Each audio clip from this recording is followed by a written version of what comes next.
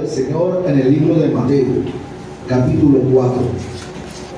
Y su palabra dice: desde entonces comenzó a Jesús a predicar y a decir: arrepentidos, porque el reino de los cielos se ha acercado. Gloria al Señor. Vamos a orar. Yo me gozo por la oración de la hermana y me lleno de fe, pero como todo predicador estoy nervioso. Me ayuda mucho orar. Padre eterno que estás en los cielos, en el nombre de Jesús, en esta hermosa mañana te ruego que tengas a bien usar mi vida para la gloria de tu nombre y poder expresar tu palabra con autoridad, con denuedo, Señor, conforme a tu voluntad, para que ella no vuelva a ti vacía, sino que haga la obra para la que es enviada. Señor, la honra y la gloria te pertenecen solo a ti, en el nombre de Jesucristo el Señor. Amén. Gloria a Dios. Vamos a sentarnos y con la ayuda del Señor a compartir. Este es uno de los mensajes más recurrentes en el ministerio de Jesús. Cuando el Señor estuvo estos 3 años y medio en la tierra, 3 años y un poquito, Él predicó. Y uno de los mensajes que más repitió fue el de arrepentirse. La necesidad de arrepentirse porque estaba cerca el tiempo en que se manifestaría el reino de Dios. Y no hay una generación que haya estado más cerca de la manifestación absoluta de todas las promesas de Dios que la generación de nosotros. Si vamos a Romanos capítulo 13, versículo 11, encontraremos que la Biblia allí nos recuerda que no hay una generación más cercana que la nuestra. Romanos capítulo 13, versículo 11, y dice: y esto, conociendo el tiempo, que es hora ya de levantarnos del sueño, porque ahora está más cerca de nosotros nuestra salvación que cuando creímos. La noche está avanzada y se acerca el día. Desechemos pues las obras de las tinieblas y vistamos las armas de la luz. Gloria a Dios. Aquí la Biblia te está diciendo que la manifestación del día del Señor está más cerca de ti que de David, está más cerca de ti que de Abraham, está más cerca de ti y de mí que del hermano Gille Ávila o cualquier otro predicador. Nosotros somos la generación que más está cerca de ver la manifestación del día del Señor. El día del Señor la Biblia lo describe de diferentes maneras. Vamos a buscar Isaías 61:2. Les pido que me excusen, yo usualmente utilizo muchas citas bíblicas. Isaías 61:2. Gloria a Dios, nuestro Dios vive. Amén. Allí la palabra habla de Cristo. Este mismo pasaje lo encontramos cumplido en Lucas. Isaías 61:2 dice que el Señor vino a proclamar el año de la buena voluntad de Jehová, pero también el día de venganza del Dios nuestro, a consolar a todos los enlutados. Ese día del Señor, la Biblia lo llama el día de venganza. También en Malaquías 4:1 y en Sofonías vamos a encontrar referencias a ese día del Señor. Vamos entonces cerca del Antiguo Testamento, está Malaquías 4:1. Antes de Mateo, Malaquías 4:1 nos habla del día del Señor. Y lo describe así: porque aquí viene el día ardiente como un horno, y todos los soberbios y todos los que hacen maldad serán estopa. Aquel día que vendrá los abrazará, ha dicho Jehová de los ejércitos, y no les dejará ni raíz ni rama. Y este pasaje describe el día del Señor como un día de juicio, como un día tremendo, terrible. Vaya conmigo a Sofonías, capítulo 1, versículo 14. ¿Por qué estoy leyendo este texto? Porque el día del Señor está cerca. Porque Cristo predicó: arrepentidos, porque el reino se ha acercado. Y no hay una generación que esté más cerca de ver ese día que la nuestra. Sofonías 1:14 dice: cercano está el día grande de Jehová, cercano y muy próximo. Es amarga la voz del día de Jehová, gritará allí el valiente. Día de ira aquel día, día de angustia y de aprieto, día de alboroto y de asolamiento, día de tinieblas y de oscuridad, día de nublado y de entenebrecimiento. Gloria al Señor. Gloria a Dios. Cuando nosotros leemos la Biblia sistemáticamente, encontramos que los teólogos pentecostales han dividido los periodos de tiempo de la Biblia en dispensaciones, y cada una de ellas ha terminado con un juicio. La dispensación de la inocencia terminó con el juicio de la expulsión del paraíso. La dispensación del gobierno de los hombres terminó con el juicio del diluvio universal. Y cada una de las dispensaciones ha terminado en juicio. Y la dispensación que nosotros vivimos, que es la gracia, también termina en un juicio al que la Biblia llama el día de Jehová. Mateo 24:21 lo describe como el día de tribulación, un día de tribulación cual nunca se ha visto ni se verá jamás. A su nombre sea la gloria. Cuando nosotros leemos Mateo 24 y Mateo 25, usualmente los vemos con los ojos optimistas del cristiano que se va en el rapto y decimos: gloria a Dios, está cerca el día. Pero es un juicio porque gran parte, la mayoría de la humanidad y la mayoría de la iglesia se quedará. La Biblia dice que 2 estarán en el campo, 1 será tomado, 1 será dejado, que 2 mujeres estarán trabajando en el molino, 1 será tomada y otra será dejada, y esa que se queda, esa que se deja, entonces va a experimentar el día de Jehová, el día de ira, el día de donde el mal será abrazado como estopa, ese día grande y terrible. Y nosotros, como los ojos del optimismo nos hacen ver: no, yo me voy con Cristo, amén, me voy con Él. Pero la humanidad se enfrentará a la gran tribulación. En Mateo 24 encontramos señales que nos hablan de cuán cercana está la manifestación del Señor y el día de Jehová y esa gran tribulación. Y encontramos pasajes como el siguiente. Mateo 24:21 dice: porque habrá entonces gran tribulación, la cual no ha habido desde el principio del mundo hasta ahora, ni la habrá. Gloria al Señor. Y dice, comienza entonces a decir que algunos se levantarán falsos cristos, que dirán que está aquí, que está allá. El verso 23 dice: entonces si algunos dijeren: mirad, aquí está el Cristo, o mirad, allí está, no lo creáis, porque se levantarán falsos cristos y falsos profetas, que harán grandes señales y prodigios, de tal manera que engañarán, si fuere posible, aún a los escogidos. Y al comenzar a ver el cumplimiento de las señales, vean, todo el tiempo se ha levantado alguien que diga que es Cristo, alguien que toma para sí esa gloria. Nosotros podemos recordar a Jesús Miranda, el de Creciendo en Gracia, ahora la esposa de él dice que es Dios. Siempre ha habido locos que dicen, pero ahora hemos llegado al punto donde hay inteligencias artificiales como la de ChatGPT. Hay algunas de esas que, tomando textos de la Biblia y de otros contextos religiosos, se hacen pasar por Cristo. Y la persona puede tener entonces un chat con Cristo. Son señales que se están cumpliendo. Mateo 24:6 nos dice, por ejemplo: ya veréis de guerras y rumores de guerras. Mirad que no os turbéis, porque es necesario que todo esto acontezca, pero aún no es el fin. Y nosotros decimos: pero es que toda la vida ha habido guerras. Y desde que el hombre es hombre, se ha asesinado el uno al otro. Pero como los dolores de la mujer de parto van en aumento y en intensidad, y cada vez están más cercanos unos de otros, así ocurre con nosotros.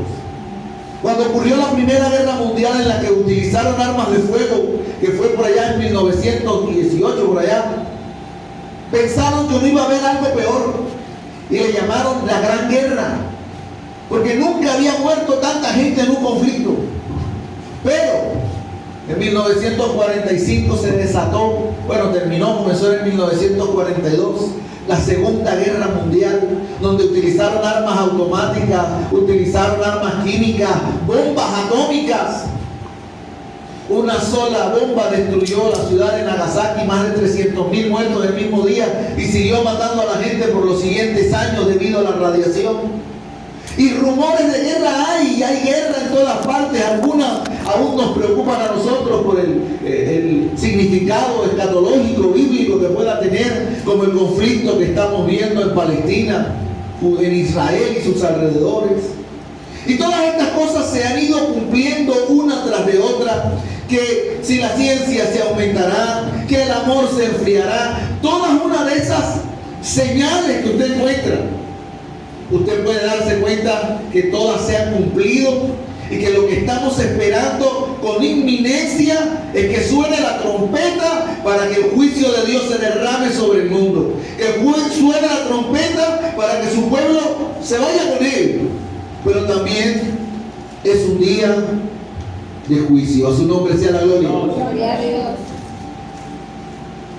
Segunda de Pedro, capítulo 3, versículo 9, nos va a ayudar a entender qué tiene que ver el día de Jehová con la cita inicial de Mateo 4:17. Segunda de Pedro, capítulo 3, verso 9. ¿Ya llegó ahí? Gloria a Dios.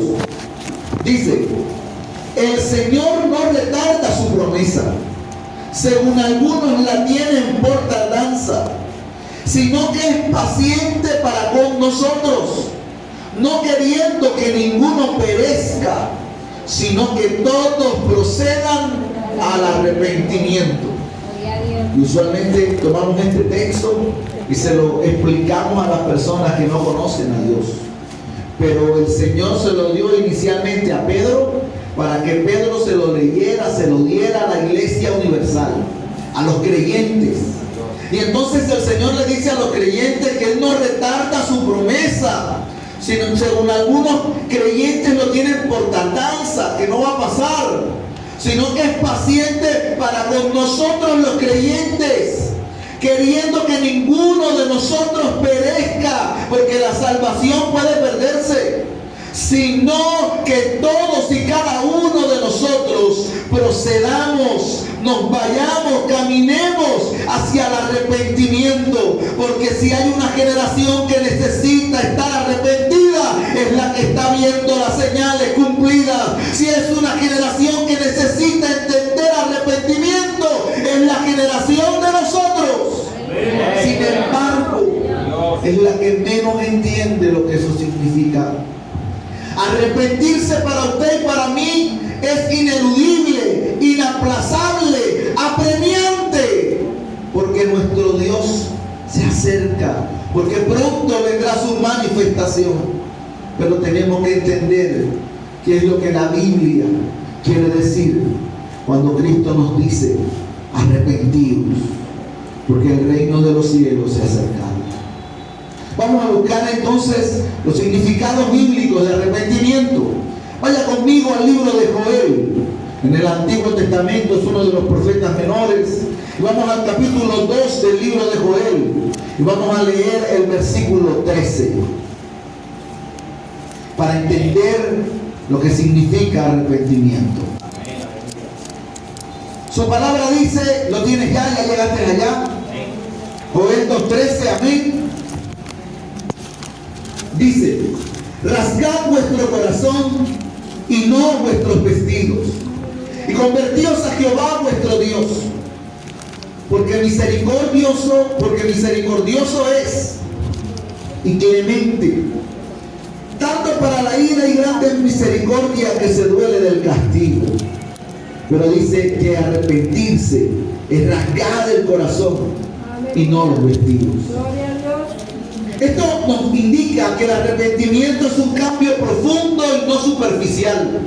Que el arrepentimiento profundo produce un desgarro, un profundo dolor en aquel que entiende que ha causado mal, en aquel que entiende que ha ofendido a Dios, Es un rasgarse, una tristeza que no es como la del mundo que lleva muerte, sino una tristeza que lleva vida eterna, como dice Corintios.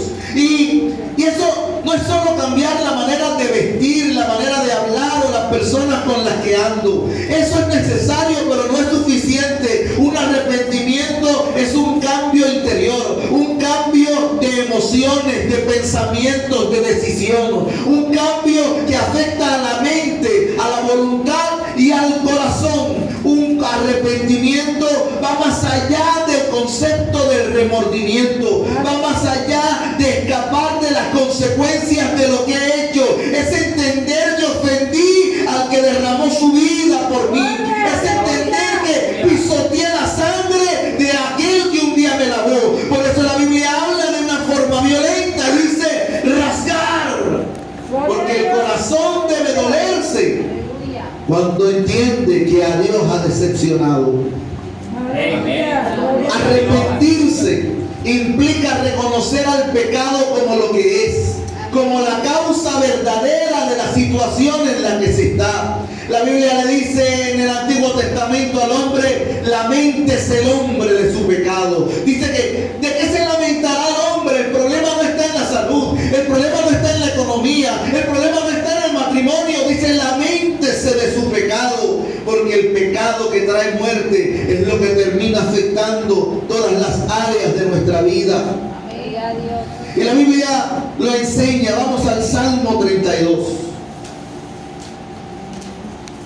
Oh, gloria a Dios que vive por los siglos.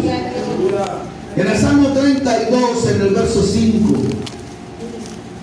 la Biblia dice, verso 3, Salmo 32, 3: mientras callé, se envejecieron mis huesos, en mi gemir todo el día, porque de día y de noche se agravó sobre mí tu mano.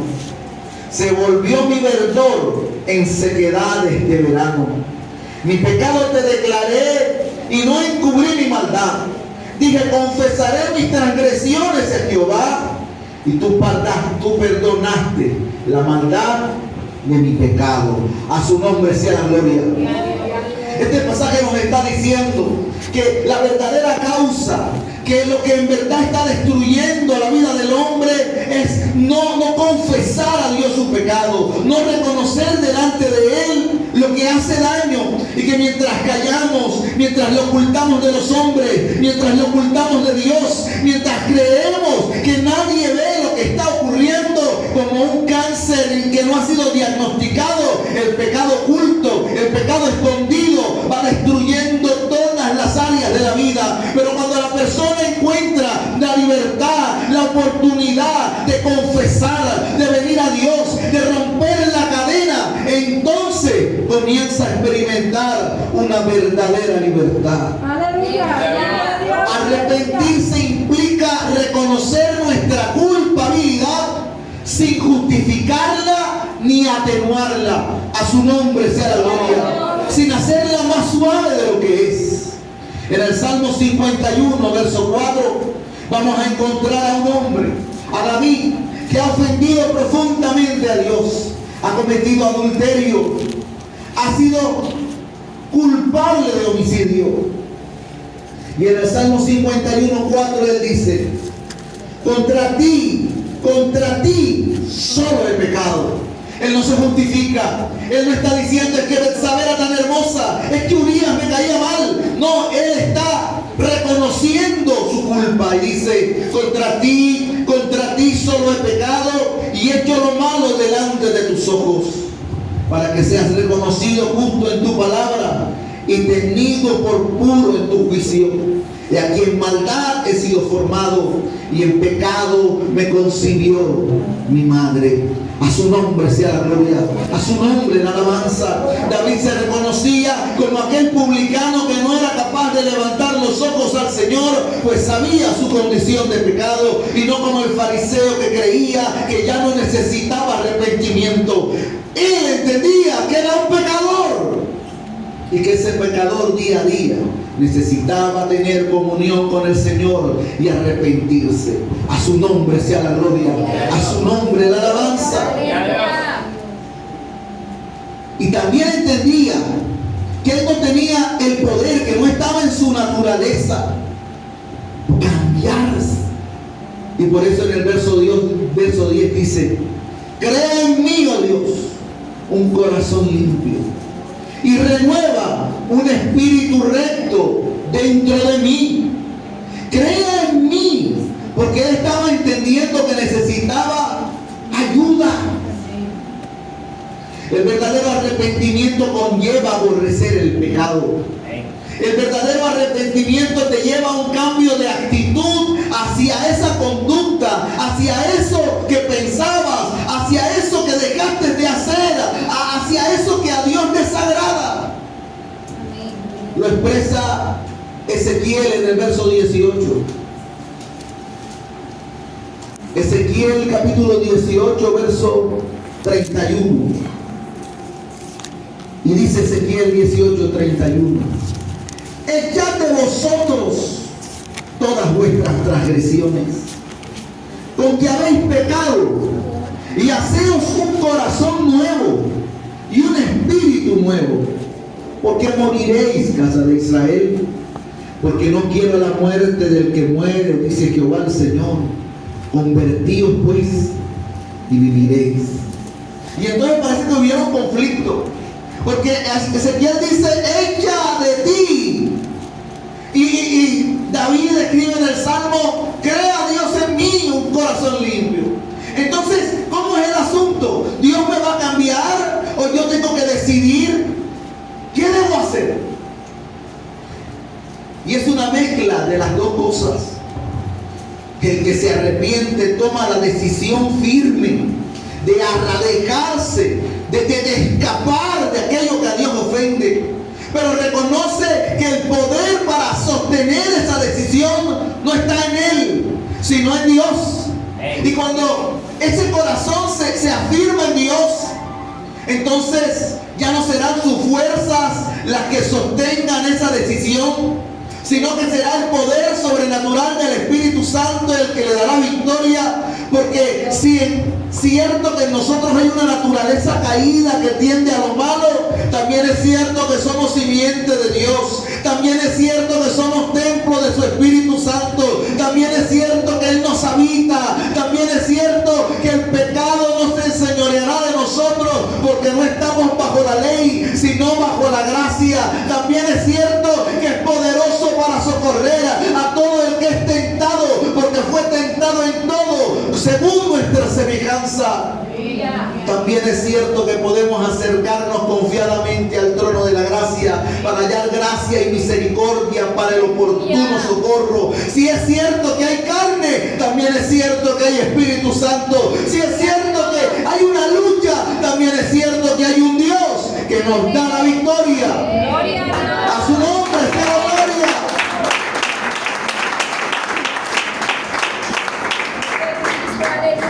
Cerca del Apocalipsis está el libro de Judas, que nada más tiene una hoja, un capítulo. Pero en el versículo 24 tiene una gran bendición para nosotros. Judas, capítulo 1, único, versículo 24.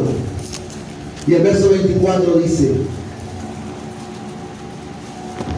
y aquel que es poderoso para guardaros sin caída y presentaros sin mancha delante de su gloria con gran alegría. Al único y sabio Dios nuestro Salvador sea la gloria y la majestad, el imperio y la potencia, ahora y por todos los siglos. Amén. Pero mira cómo lo describe. Dice: aquel que puede guardarnos sin caída. Y nosotros tenemos que creer, porque es por la fe, que el Señor puede guardarte sin caída. En el libro de Génesis hay un hombre llamado Abimelech, que cuando conoció a Abraham con Sara, que tenía Abraham más de 100 años y Sara 90 y pico, pero como en ese tiempo no envejecían igual, a Abimelech le llamó la atención Sara. Y llevó a sus aposentos, la iba a tomar por esposa porque era un rey. Pero la Biblia dice que el Señor le abrió el sueño y le dijo: mira, no hagas eso, que vas a adulterar. Le dijo: te voy a matar. Y Abimelech se defendió y le dijo a Dios, pero yo no la he tocado, yo no he hecho eso. El aviso llegó a tiempo. Ese Abimelech era un hombre con el que Dios tenía un propósito y fue en su vida poderoso para guardarlo sin caída. Abimelech no se acostó con Sara porque Dios tuvo misericordia de él. Y cada vez que alguien se enfrenta a una tentación, la Biblia enseña que juntamente con la tentación vendrá la salida para que podáis soportar. Así que el Señor no nos abandona, no nos deja solo. El único que ha estado solo es Él. Por eso dijo en la cruz, Elí, Elí, lama sabactani, Dios mío, ¿por qué me has desamparado? Y la soledad la llevó el Señor en la cruz. Usted no está solo, usted no está desamparado. Él llevó la soledad en la cruz. Él fue el único que dijo, Dios, ¿por qué me desamparaste? Porque a ti Dios no te desampara, a ti Dios no te abandona, a ti Dios no te deja solo. Tú estarás en el desierto, pero sobre tu cabeza habrá una nube. Puede que la noche del desierto sea fría, pero esa nube produce calor porque se hace columna de fuego.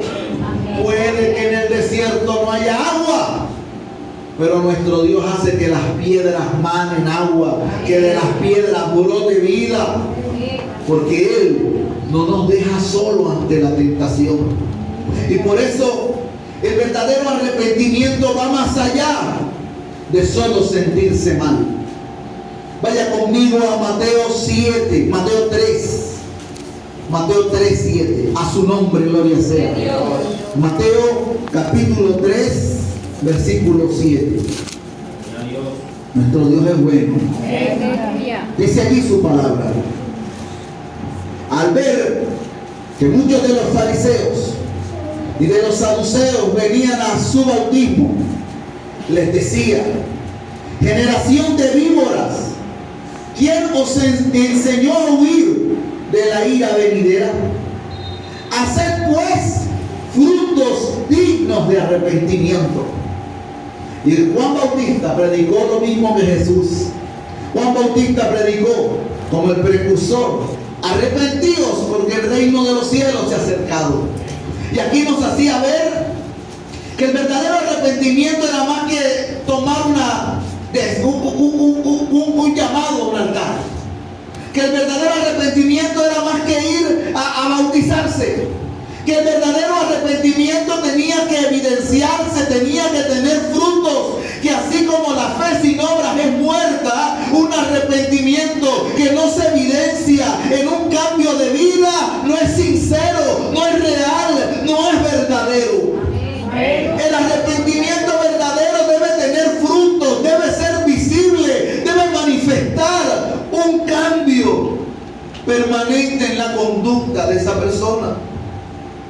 Si no hay ese cambio, podemos experimentar vergüenza, culpa, remordimiento, pero no hay un verdadero arrepentimiento. ¡Aleluya! A su nombre la gloria sea.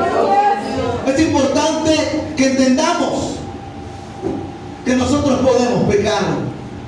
La Biblia dice: hijitos míos, estas cosas os escribo para que no pequéis. Y si alguno hubiere pecado, abogado tiene para con el Padre, Jesucristo el justo. Allí nos dice que se puede pecar, la posibilidad la hay. Otro pasaje dice que si confesamos nuestros pecados, Él es fiel y justo para perdonar nuestros pecados y limpiarnos de toda maldad.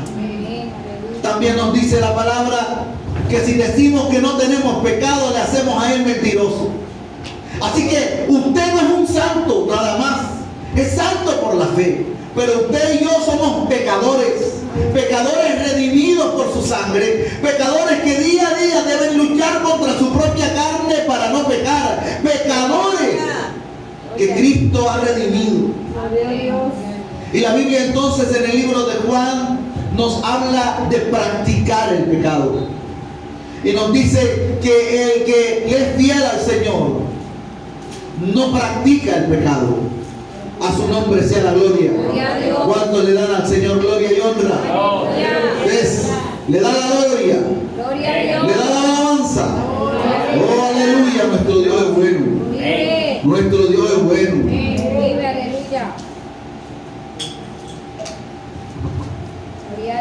El pasaje especial está en Juan, primera de Juan, capítulo 3. Estamos cerquita porque estábamos en Judas. Primera de Juan, capítulo 3, verso 6. Dice allí, oh gloria a tu nombre. Todo aquel que permanece en él no peca. Pero ¿cómo así si yo peco? Todo aquel que peca no le ha visto ni le ha conocido. Hijito, nadie os engañe. El que hace justicia es justo como él es justo. Este pasaje que dice nadie os engañe está diciendo lo mismo que predicó Juan el Bautista. Por su fruto lo conoceréis. Hará frutos dignos de arrepentimiento. Si vive con injusticia, es injusto. Si vive como debe vivir, es justo. Y entonces nos aclara y nos dice: el que practica el pecado es del diablo, porque el diablo peca desde el principio. Para esto apareció el Hijo de Dios, para deshacer todas las obras del diablo. Y esas obras de las que ahí está hablando es la práctica del pecado. Y sigue diciendo: todo aquel que es nacido de Dios no practica el pecado, porque la simiente de Dios permanece en él y no puede pecar porque es nacido de Dios. Y ahí entonces comenzamos a conciliar lo que hemos estado leyendo.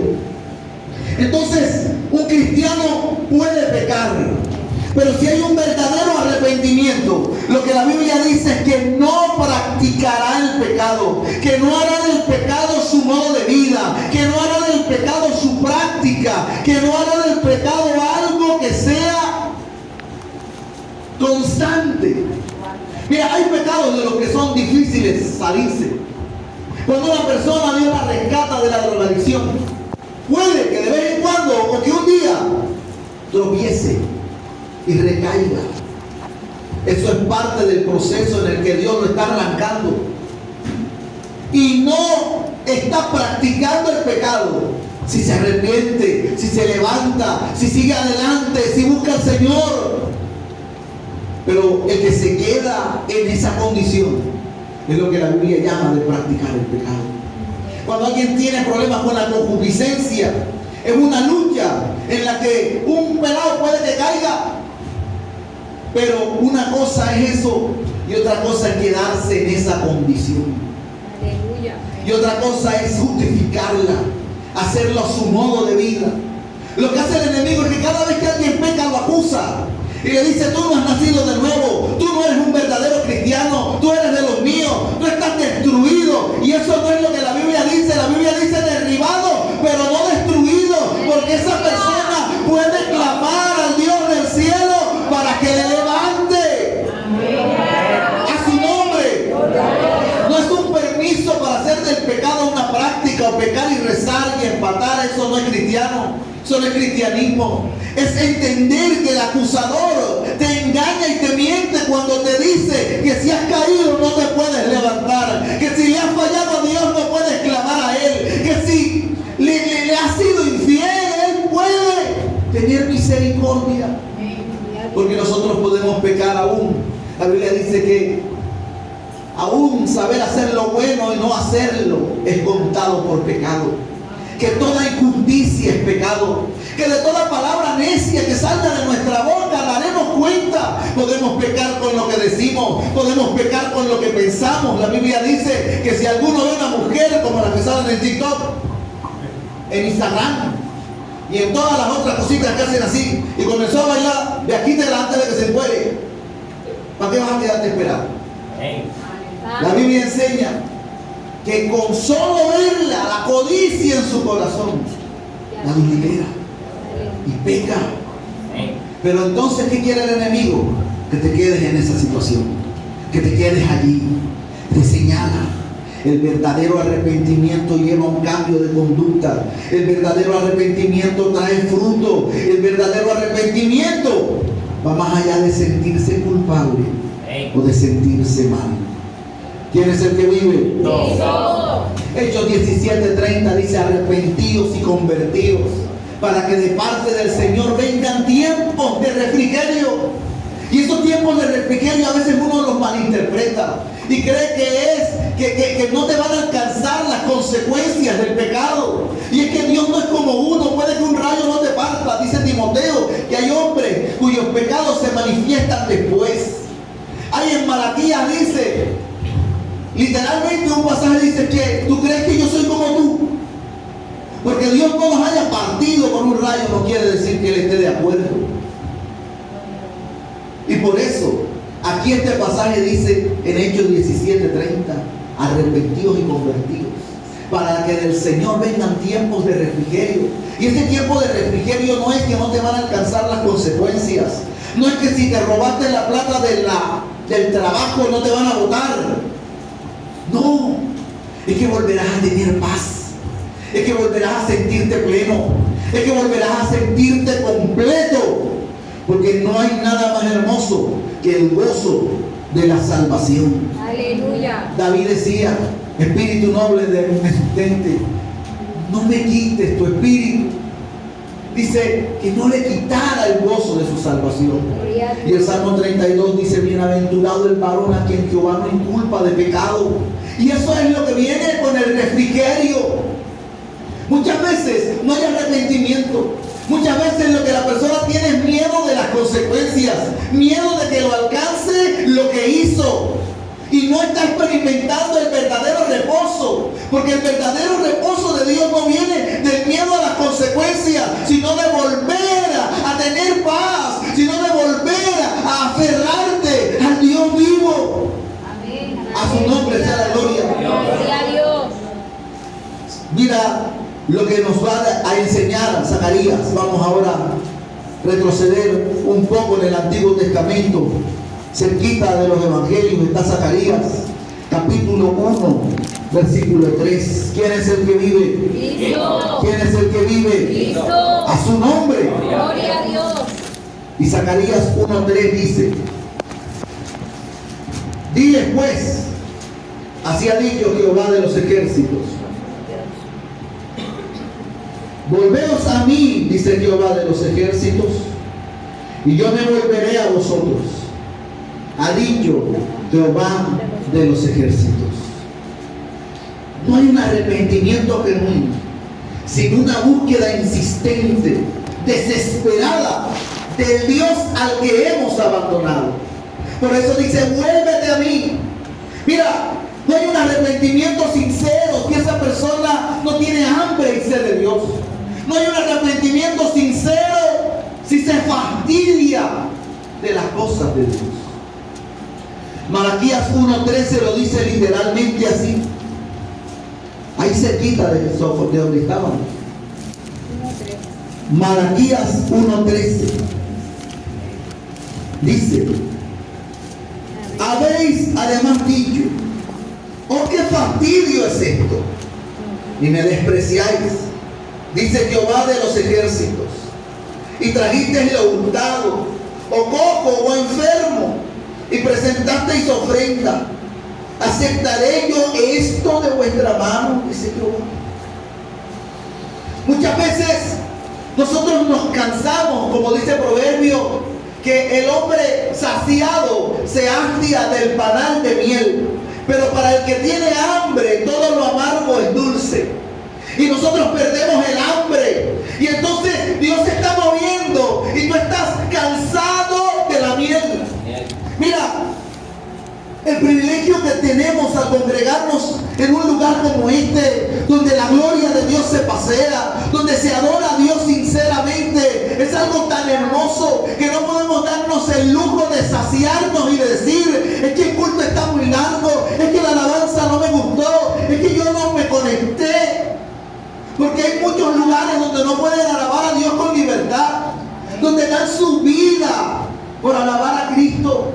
Y nosotros aquí tenemos el maná, tenemos el panal de miel, y a veces nos hastiamos y decimos, qué fastidio, y no le damos al Señor lo mejor. Sigue leyendo ese pasaje y dice entonces, maldito el que engaña, el que teniendo machos en su rebaño, promete y sacrifica a Jehová lo dañado. Porque yo soy gran rey, dice Jehová de los ejércitos, y mi nombre es temible entre las naciones. La Biblia dice que nuestro Dios es fuego consumidor, que nuestro Dios es santo. Y a veces nosotros le entregamos a Dios lo que no le entregamos al jefe. Le entregamos a Dios lo que no le entregamos al príncipe, como dice la Biblia. Y le entregamos lo magullado, lo coco, lo manchado. Había una ley en Levítico que decía que no le podías entregar a Dios cualquier oveja. Tenías que escoger la mejor del rebaño. Tenía que ser una primogénita. Tenía que ser hermosa. Tenía que ser de un año. No podía tener el testículo magullado. No podía ser coja. No podía ser tuerta. Tenía que ser lo mejor. Y nosotros muchas veces al Señor le llegamos con lo que está roto, con lo que sobra de nuestro tiempo. Vamos a su palabra con lo que sobra de nuestra atención. Vamos y cada día le presentamos a Él lo que nos sobra. Y al hacer eso, no estamos evidenciando un verdadero arrepentimiento. El arrepentimiento en el cristiano no es cosa de un día, de hace 20 años cuando me convertí.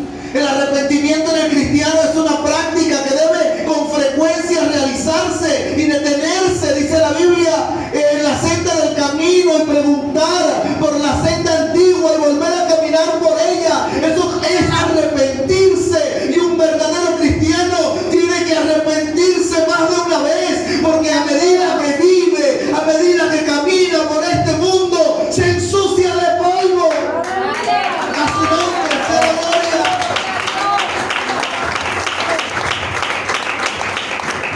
Se hace necesario arrepentirse. Volvamos a David en el Salmo 51 y vamos a mirar lo que dice el versículo 15. Oh, gloria sea el nombre de Cristo. Salmo 51, 15. Dios es bueno, usted lo cree. Y mira lo que dice aquí. Señor, abre mis labios y publicará mi boca tu alabanza. Porque no quieres sacrificio que yo lo daría. No quieres holocausto. Los sacrificios de Dios son el espíritu quebrantado. Al corazón contrito y humillado no despreciarás tú, oh Dios. Aleluya. Lo primero es que no podemos confundir arrepentimiento con sacrificio. No hay nada que usted le pueda dar a Dios para pagar la deuda. Nosotros no podemos hacer mandas. No es que yo voy a ayunar 3 días porque hice esto y aquello. No. Tiene que haber arrepentimiento. Tú no le puedes compensar a Dios. Por eso la Biblia habla de quebrantarse. La palabra quebranto viene de una planta en el hebreo que todavía nosotros consumimos, que se llama la canela. Y cuando usted coge la canela que ya está lista para la venta y la aprieta, la canela se vuelve pedacitos. Eso es quebrantarse ante Dios. O sea, no es suficiente un sacrificio. El sacrificio lo pagó Cristo. Es que haya un corazón contrito. Arrepentirse no es lo mismo que restituir. La restitución es necesaria, pero no es suficiente. La restitución es cuando la persona devuelve lo robado. Es cuando la persona repara lo que ha dañado. Mira, hasta los alcohólicos anónimos hacen eso. Uno de los 7 pasos, yo tenía un tío que estaba allí, era restituir. Si había robado a la empresa, devolverle dinero a la empresa. Si había ofendido a la esposa porque, no sé, no terminó una empresa que tenían que hacer, bueno, termínala. Si decepcionó al papá porque abandonó la universidad, termínala. Eso era parte de la restitución. Pero eso no es lo mismo que arrepentimiento. Eso es necesario. Puede que sea un fruto, puede que sea una evidencia, pero el arrepentimiento es quebrantar el corazón. El arrepentimiento es contristarse. El arrepentimiento es entender que no le puedes pagar a Dios. Aleluya. Que solo es su misericordia. Gloria a Dios. la que nos sostiene. Vive Cristo, aleluya. Finalmente, vamos a acercarnos al libro de Apocalipsis y vamos a leer el mensaje a las iglesias. Y vamos a leer el capítulo 2 y su palabra dice: escribe al ángel de la iglesia en Éfeso, el que tiene las 7 estrellas en su diestra. Eso quiere decir el que te guarda, el que te sostiene, el que anda en medio de los 7 candeleros de oro, el que está en medio de ti, el que lo ve todo, el que no puedes engañar. Dice: yo conozco tus obras y tu arduo trabajo y paciencia, y que no puedes soportar a los malos, y has probado a los que se dicen ser apóstoles y no lo son, y los has hallado mentirosos, y has sufrido y has tenido paciencia y has trabajado arduamente por amor de mi nombre y no has desmayado. Pero tengo contra ti que has dejado tu primer amor. Recuerda por tanto de dónde has caído y arrepiéntete y haz las primeras obras. Eso es arrepentirse. Pues si no, vendré pronto a ti y quitaré tu candelero de su lugar si no te hubieras arrepentido. Oh, mi corazón se duele porque yo también he caído de la gracia. Cuando abandonamos la oración, cuando dejamos de orarle a Dios, de darle el espacio a Él porque estás cansado por el trabajo, por una cosa y la otra, que tu voz se oiga en el cielo costó sangre. Cuando el cristiano abandona la oración, la Biblia dice: mira de dónde has caído y arrepiéntete. Cuando el cristiano abandona la palabra de Dios, que es maná, que debe alimentar sus huesos, y la trata como un libro más, la Biblia dice: mira de dónde has caído y arrepiéntete. Cuando hacemos de un pecado una conducta recurrente por el que una y otra vez vuelves a Dios a pedirle perdón por lo mismo, mira de dónde has caído y arrepiéntete. Porque nuestro Dios quiere que haya vida en nosotros. Siempre que el Señor llamó al arrepentimiento, fue necesario regresarse a Él. Vuélvete a mí, dice la Biblia. Y aquel muchacho que se alejó de su padre, vestido, calzado, con dinero, con anillos, cuando se regresó, tuvo que caminar descalzo todo lo que había recorrido calzado. Pero ese pasaje dice que cuando su padre lo vio a lo lejos, mientras él caminaba descalzo, su padre corría y se abrazó a su cuello y dijo: este es mi hijo que muerto era y ha resucitado. Y hoy Dios está aquí buscando a los que estaban muertos. La Biblia no lo dice, pero lo recuerdo de una poesía que decía mi pastor. Con frecuencia Carlos Reyes decía: muertos no son los que yacen en la tumba fría, muertos son los que tienen muerte en alma y andan todavía. Y muchas veces nosotros podemos estar muertos en medio de una iglesia avivada. Pero Dios nos llama a usted y a mí de primero al arrepentimiento. Si alguien me acompaña, gloria a Dios. Yo quiero orar por arrepentimiento y decirle a ese Dios grande y sublime que tenga misericordia de mí, porque yo soy un pecador. Yo no soy un hombre santo, yo soy un pecador redimido.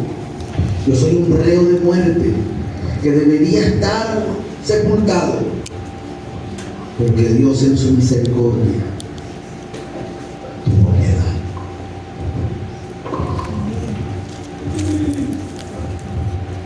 Arrepentirse es más que atender al llamado de un predicador.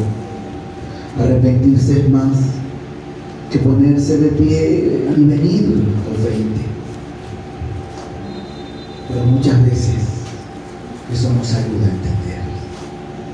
Si alguno de ustedes siente que Dios le ha hablado y que es necesario que en su misericordia Él actúe en su vida, en esta mañana yo lo invito a que se pare de la silla, que venga aquí al frente. No importa lo que diga el hermano Andrés, que amén, que es nuestro hermano pastor. Pero a veces nos ponemos a pensar: ¿y qué dirá el pastor de mí? ¿Qué dirá Cristo? ¿Qué dirá Cristo?